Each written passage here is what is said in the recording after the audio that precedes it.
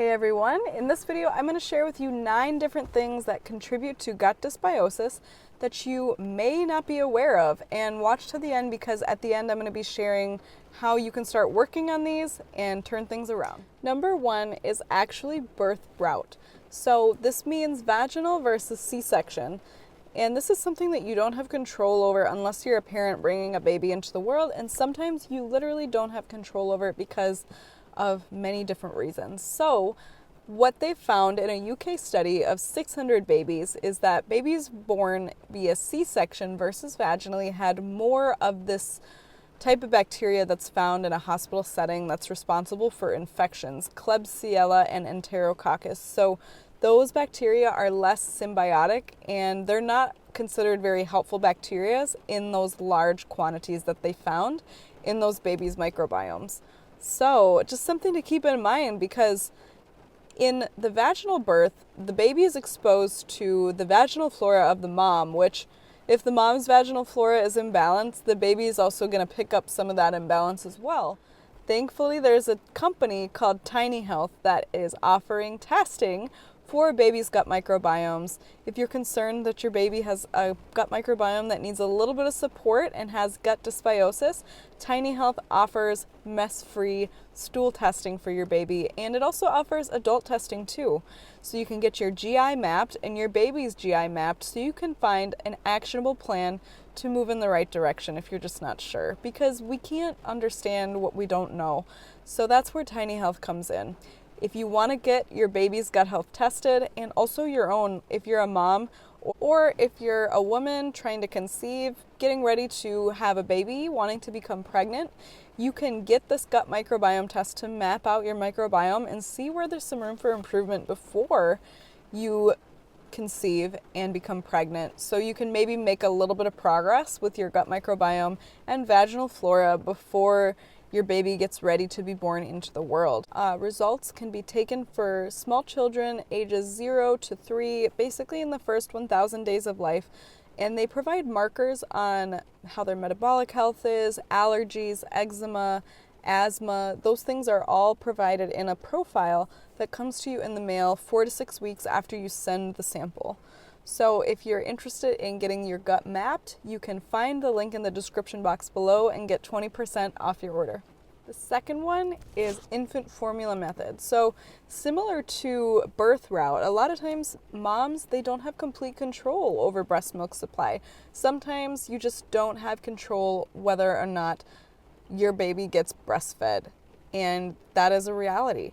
But the science shows that babies that are fed breast milk in the first 7 days of life get more of a bacteria called lactic acid bacteria, particularly bifidobacterium, which helps coat the small intestine and helps the baby's small intestine be healthy, resistant to harmful microbes, and reduces risk of illness, allergies, eczema, and the like. So breast milk actually helps babies get a head start in their bacterial population really early on. Number 3 is a sterile environment, and this is actually might be a surprise to many because hand sanitizer is great, Lysol and these, disinfectant wipes are great, right?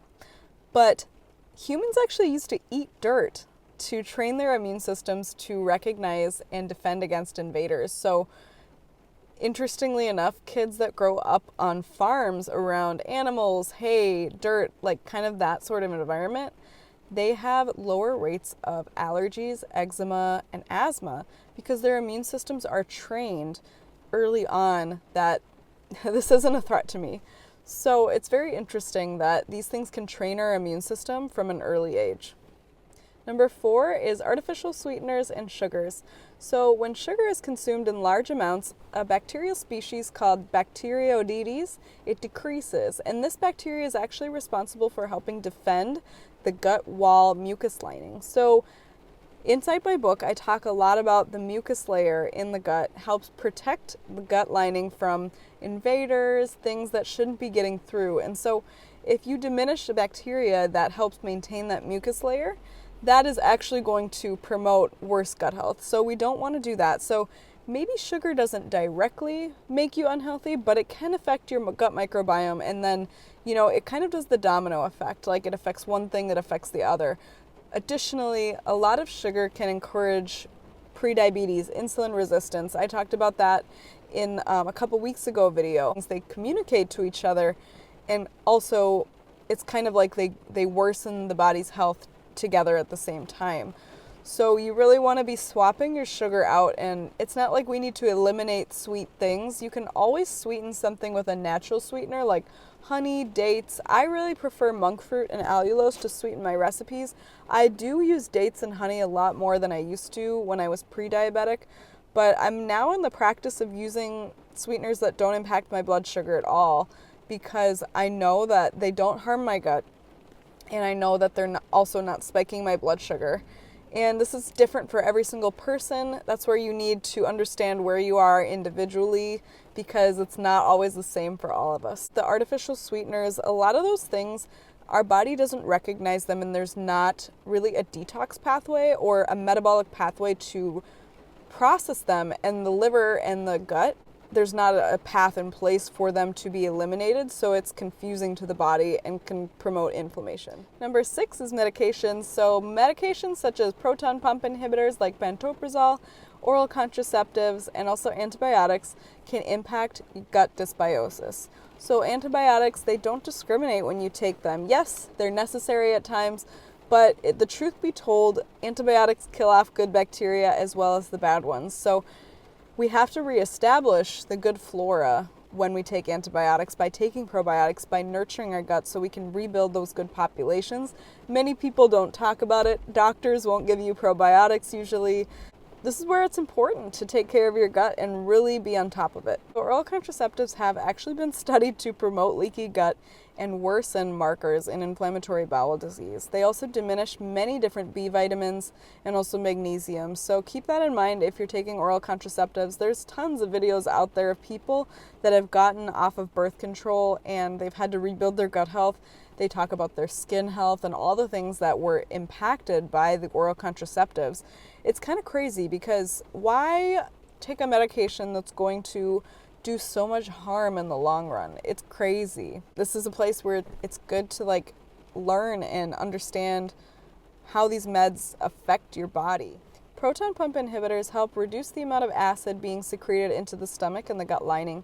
So this can actually help a lot of people in a short period of time, like in the hospital setting when your body's in fight or flight mode and you're secreting a lot of gastric acid. I've seen it prevent ulcers for people, but really we don't want to be on these medications long term, because we want to have a normalized acid production. People are under the assumption that if you have acid reflux, it's because there's too much acid, when sometimes people have acid reflux for many different reasons. And one of them is actually too low of acid. So that's actually something that happened to me. I had too low of acid and I needed to take medication, an herbal supplement, to help restore my acid, and I felt better. I didn't have as much acid reflux. Sometimes things aren't what they seem. So keep that in mind if you're somebody that's on these drugs. It can impact your ability to digest food, and also when you don't have enough acid, our stomach acid is very strong hydrochloric acid that helps kill off pathogens, and if you don't have enough of it, your body could be exposed to pathogens that could cause disease, get into your gut lining, and possibly into the body without you even being aware of it. Heavy metals is number 7. They occur naturally in our environment, and sometimes they end up getting in our body, but studies have started to show that gut microbes actually may help in reducing the heavy metals in our body. But if we overaccumulate them too much from heavy metal exposure from the environment, or lead, mercury, if we come into contact with a heavy metal of some kind, these things can impair our body's ability to detoxify, and you will run out of minerals because your body is using up so many of them to try to get those heavy metals out.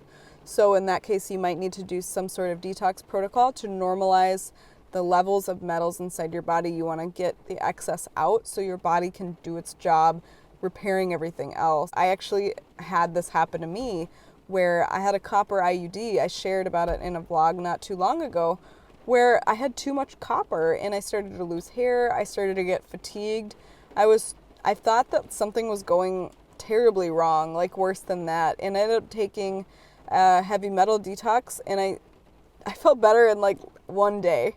I know I like took the detox for like 2 months, but it affected my hormones, it affected my weight, it affected my skin, it affected my energy, and it affected my gut. It's kind of cool that I was able to go through that so I can tell you guys about it, but it was a nightmare, to be honest with you. And that's why I feel so strongly about making sure that you're taking care of all of these elements in a way that supports your gut and you're actually addressing them, because if you don't, you're not sure what stress you're putting on your gut that you could probably be doing something about. And then when it's time to like lose weight or improve your skin, you don't have to start from square one, or you don't have like a million of these things to tackle all at once. Number 8 is microplastics. Microplastics cause inflammation once they come in contact with the gut. We can't completely stay away from plastic, but there are ways to reduce your plastic intake by changing the containers that you're eating out of. Don't microwave in plastic. Try not to drink out of plastic water bottles. Reduce the amount of plastic your food comes in contact with to reduce the amount of plastic that goes inside that you can't even see because it's in microscopic particles.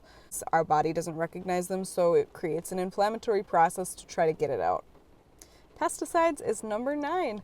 Just like I was mentioning earlier, pesticides and some of the herbicides that are on our food, they don't have a targeted pathway for elimination once inside the body. So our body has to go through an inflammatory process to neutralize them because it doesn't recognize it. So all of these things that your body doesn't recognize, it will impact the gut and it will promote some inflammatory processes in there. To reduce pesticides and herbicides in your life and what your gut comes in contact with, try to choose organic foods whenever possible because they have not been sprayed with pesticides or herbicides. And the way that you can, if you're not sure which foods are best to buy organic, the foods that you have to peel, like an orange or banana, those ones are less important to get organic. They're still important, everything's important, but if you are kind of like on a budget or it's not realistic for you and your family to have all organic, the ones that are most important to have organic are the ones that don't have any sort of husk or peel on them that, when you eat it, it's like, that's it. Like an apple, you don't peel an apple, you eat the skin. Spinach or lettuce, you eat the actual leaf. You don't have to peel anything off. Berries, things like that. Keep that in mind whenever you're choosing which things to get organic if you have to choose. So what can be done about this? Let's talk about solutions and how you can start turning things around. So as I mentioned earlier with, the birth method and the infant formula, unless you're a mom watching this video, you don't have much control over the birth route or the formula because if you're watching this video and you were born via C-section or you were fed infant formula and not breast milk, like that's water under the bridge. Like you can't do anything about that, but you can always do something to take care of your gut starting today. And that's what my book really helps with. What can I do to start turning things around? Because you have like half of them on the list or more.